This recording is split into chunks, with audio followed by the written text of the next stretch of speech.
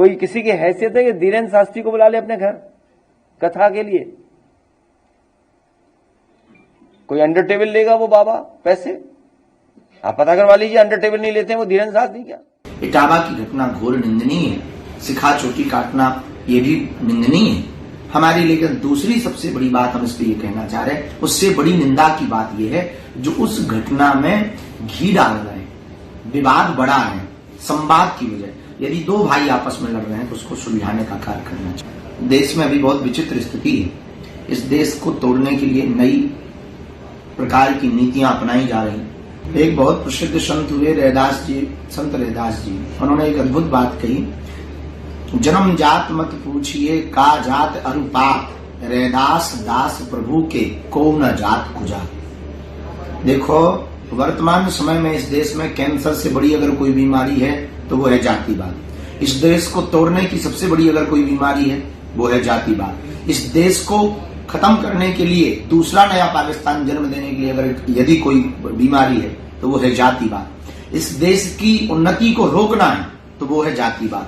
इस देश का उत्थान रोकना है वो है जातिवाद। इस देश में लगातार दंगे करवा करके नेताओं को अपने पेट भरने हैं जातियों के नाम पर तो वो है जातिवाद। इस देश में हिंदू से लड़वाना है तो उसका सॉफ्ट उपाय है जातिवाद। इस देश में हिंदुओं को एकजुट यदि नहीं होने देना है तो उसका उपाय है जातिवाद। बल्कि भैया हमारा सनातन धर्म कहता, हमारे आदि जगत गुरु रामानंदाचार्य भगवान, पूज्य श्री रामानंदाचार्य भगवान कहते हैं, जात ना पूछो साधु की। हमारे पसंत कहते हैं, हरि को भजे सो हरि को होई, जात पात पूछे नहीं कोई। भैया जो जात बाद में फंसा है इससे निश्चित रूप से देश की दुर्गति होगी, देश की स्थिति ठीक नहीं रहेगी। इटावा की घटना घोर निंदनीय है। सिखा चोटी काटना ये भी निंदनीय है हमारी। लेकिन दूसरी सबसे बड़ी बात हम इस पे ये कहना चाह रहे हैं, उससे बड़ी निंदा की बात ये है जो उस घटना में घी डाल रहे हैं, विवाद बढ़ा है संवाद की वजह। यदि दो भाई आपस में लड़ रहे हैं तो उसको सुलझाने का कार्य करना चाहिए। महाराज जी, जिस तरीके देखिए कुछ पार्टियां हैं जैसे अखिलेश जी, उन्होंने भी कहा कि 50 लाख टेबल के अंडर से लेते और ये पार्टियां तो जातिगत राजनीति पे चल चलती है। हम भैया राजनीति पे कोई बयान देते नहीं, कोई हम पर यदि देता रहे भगवान की इच्छा मान लेते हैं, हनुमान जी की इच्छा है, हम तो अपना कार्य सतत करते हैं। अखिलेश यादव जी के बयान को किस तरीके से देखते हैं आप? अंडर टेबल 50 लाख अपनी बातें हैं, सबके अपने अपने विचार हैं, जो जैसा जाकी रही भावना जैसी प्रभु ने तो देखी तीन जैसी। हिंदुत्व को हिंदुओं से कितना खतरा है महाराज, क्या समझ? जितना पानी में नाव को खतरा सुराग से है उतना हिंदुत्व को हिंदुओं से खतरा है। जितना पाकिस्तान में हिंदुओं से पाकिस्तान वालों को खतरा है उतना ही हिंदुओं के दो व्यवहार सेकुलरिज्म की पीड़ा से हिंदुत्व को खतरा है। देश में अभी बहुत विचित्र स्थिति है। इस देश को तोड़ने के लिए नई प्रकार की नीतियां अपनाई जा रही हैं, जातिवाद की नीतियां, जिस कारण से पूरे देश में एक नया माहौल खराब। विगत 10 दिनों से आप देखो मीडिया पर सिर्फ एक ही न्यूज चल रही है और कुछ लोग इसी में अपनी अपनी तरह तरह की बातें प्रस्तुत करके और दो फाड़ कर रहे हैं हिंदुत्व को। सब हमारे अपने हैं, सनातन धर्म हमारा अपना है, ये देश हमारा अपना है। हम देश के लिए क्यों ना जिए, हम सनातन के लिए क्यों ना जिए, हम क्यों जातिवाद में पड़े, हम इस देश के लिए कार्य क्यों ना करें। हम भैया जातवाद से ऊपर उठकर, भाषावाद से ऊपर उठकर, क्षेत्रवाद से ऊपर उठकर राष्ट्रवाद पर कार्य क्यों ना करें। हमारा भारत भी अमेरिका की तरह, हमारा भारत भी न्यूजीलैंड की तरह, हमारा भारत भी ऑस्ट्रेलिया की तरह संपन्न हो। भारत को भव्य और संपन्न बनाने के लिए जातवाद नहीं राष्ट्रवाद जरूरी। आपके इस हिंदुत्व का जो झंडा आपने उठा के लगाया, जात पात खत्म करने की बात है, उत्तर प्रदेश में 2027 में चुनाव है, बिहार में चुनाव, इससे कितना नुकसान पड़ेगा पार्टियों पे?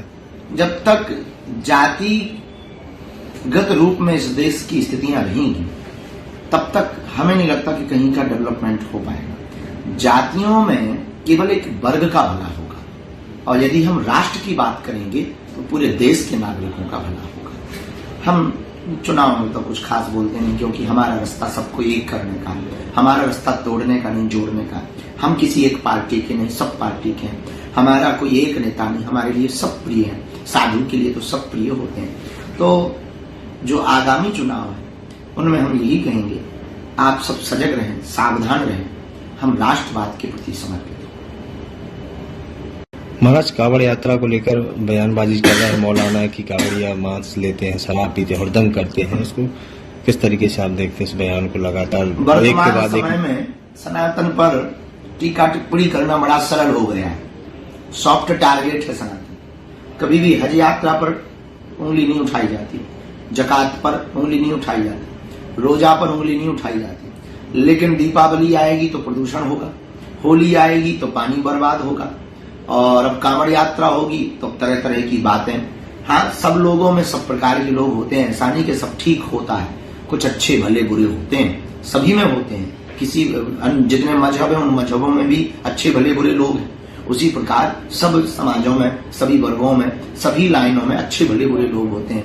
न्यूज में भी अच्छे भले बुरे लोग होते हैं, जैसे उसी प्रकार इस संत लाइन में भी अच्छे भले बुरे होते हैं। कुछ कालनेमी होते, कुछ साधु होते, कुछ असाधु होते, नेताओं में भी ऐसे होते, अभिनेताओं में भी ऐसे होते हैं। तो फिर भी इसके बाद सनातन धर्म के ऊपर उंगली उठाना, इससे ये सिद्ध होता है कि सनातन धर्म को सॉफ्ट टारगेट बनाया गया। इस देश में सनातन धर्म से लोगों की आस्था उठे, सनातन में आपस में विद्रोह उत्पन्न हो, इसलिए बार बार टीका टिप्पणियां भगवानों के ऊपर, कभी मंदिरों के ऊपर, कभी त्योहारों के ऊपर, कभी सनातन की परंपरा के ऊपर की जाती हैं। अब कांवड़ यात्रा पर जो उंगली उठा रहे हैं, हमको तो लगता है निश्चित रूप से उनको मानसिक बीमारी है और वो विक्षिप्त है। कांवड़ यात्रा भगवान महादेव के प्रति श्रद्धा का प्रतीक है। अब कोई कैसे जा रहा, वो उसकी निजी आस्था है, वो अपनी आस्था से जा रहा, कि जल भर के जा रहा, हलचल करके जा रहा, वो उसकी अपनी निजी आस्था है। और हमें नहीं लगता कि किसी पर टीका टिप्पणी करनी चाहिए। एक उंगली उठाएं किसी पर तो तीन उंगलियां स्वतः अपनी तरफ मुड़ जाती हैं। ऐसे मौलानाओं के लिए क्या मैसेज है बागेश्वर धाम पीठ से? हम उन मौलाना साहब को ये कहना चाहेंगे, उनके धर्म गुरुओं को, कि हमारी बात बहुत गंभीरता से लें।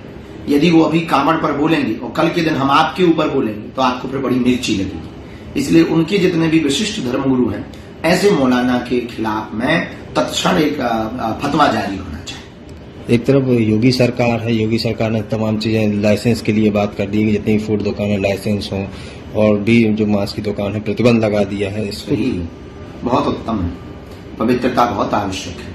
और हम कांवड़ में जाने वाले लोगों को भी प्रार्थना करेंगे कि अपनी सनातन परंपरा का मजाक न उड़े, इतनी सावधानी पूर्वक चलना, किसी के हृदय को ठेस न पहुंचे, इतनी सावधानी पूर्वक अपनी आस्था को लेकर चलना, हुड़दंग मत करना, और किसी भी प्रकार से सनातन धर्म के ऊपर प्रश्न चिन्ह खड़ा ना होवे तो बड़े सावधानी पूर्वक, बहुत गंभीरता पूर्वक, पवित्रता के साथ चलना, ताकि हमारे भगवान महादेव का मजाक का पात्र न बने।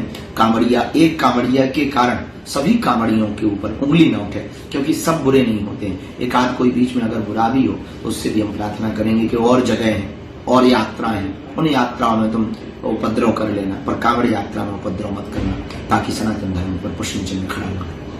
कर्नाटक के मंत्री हैं और मल्लिकार्जुन खड़गे के बेटे हैं प्रियंक खड़गे, वो कह रहे हैं कि अगर पार्टी सत्ता में आई तो राष्ट्रीय स्वयंसेवक संघ को खत्म कर देंगे।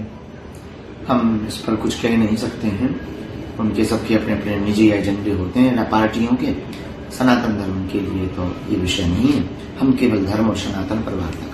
जिस तरीके से राष्ट्रीय स्वयंसेवक संघ काम करता है, आप भी देखते हैं, तो उसको किस तरीके से? बहुत स्वीकारोक्ति के साथ जो कार्य हो रहा, गांव गांव में, गली गली में, वर्तमान में गांवों में अगर यदि कन्वर्जन पर लगाम लगी है तो उसका सबसे बड़ा श्रेय है आरएसएस को। जिस तरीके से उन्होंने हिंदुओं को बचाकर गांव गांव में रखा, इतनी प्रशंसा की जाए उतनी कम है, और जितनी उनकी प्रशंसा की जाए उतनी तो कम है ही है, जितना उनको साधुवाद दिया जाए वो भी कम है। बहुत अद्भुत कार्य कर रहे हैं, हम उनको साधुवाद दे रहे हैं। बाकी सब पार्टियों के अपने, ऐसे लोग उसी पार्टी को खत्म करने की बात कर रहे हैं। हम क्या कहेंगे, वो उनका निजी विचार हो सकता है।